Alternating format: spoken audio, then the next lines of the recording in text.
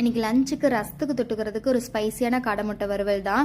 மற்ற எக்கை விட காடை முட்டையில் ப்ரோட்டீன்ஸ் ரொம்ப ஜாஸ்தி இருக்குது. வீக்லி ஒன்ஸ் குழந்தைங்களுக்கு தாராளமாக கொடுக்கலாம். ஒரு 4-5 அந்தளவு கொடுத்தாவே போதும். சும்மாவே வேக வச்சு நம்ம கொடுத்துக்கலாம். லாஸ்ட் டைம் ஒரு அண்ணாட்ட வாங்குறப்ப அந்த அண்ணா சொன்ன டிப் தான், இட்லி பாத்திரத்தில் வேக வைங்க, தண்ணியில் காடை முட்டை எப்போயும் வேக வைக்காதீங்க, நீர் கோர்த்து ஒரு மாதிரி ஆயிரும். இட்லி பாத்திரத்தில் ஒரு 15 நிமிஷம் வேக வச்சாவே போதும் அப்படின்னாங்க. அப்போ இருந்து நான் அதை தான் ஃபாலோ பண்ணிக்கிறது. முட்டையை வேக வச்சு எடுத்துட்டு கொஞ்சமாக எண்ணெய் சேர்த்து கடுகு, கடலைப்பருப்பு, ஜீரகம் மறக்காமல் போட்டுக்கலாம். பொரிஞ்சதுக்கப்புறமா 4-5 பூண்டு தட்டி போட்டுட்டு பெரிய வெங்காயம், தக்காளி இதையும் போட்டு வதக்கிட்டு உப்பு, 2 ஸ்பூன் மிளகாத்தூள், கொஞ்சம் கரம் மசாலா. பெப்பர் இல்லாமல் முட்டை செய்யவே முடியாது. ஆனால் இப்போ போடாமல் நல்லா முட்டையெல்லாம் போட்டு மிக்ஸ் பண்ணிவிட்டு ஃபைனலாக சாப்பிட்றப்போ பெப்பரை தூவி சாப்பிட்டோம்னா சூப்பராக இருக்கும். கொஞ்சம் தூக்கலாக இருக்கிற மாதிரி இருக்கும். அது நல்லா மசாலாலாம் வேகிறதுக்குள்ளே நம்ம முட்டையை க்ளீன் பண்ணி 2 சைடும் கத்தி வச்சு கீறி அதுக்கப்புறம் போட்டு மிக்ஸ் பண்ணிக்கலாம். நம்ம சின்ன முட்டை அப்படிங்கிறதுனால அப்படியே போட்டுக்கலாம். பர்சனலாக எனக்கு 2 சைடு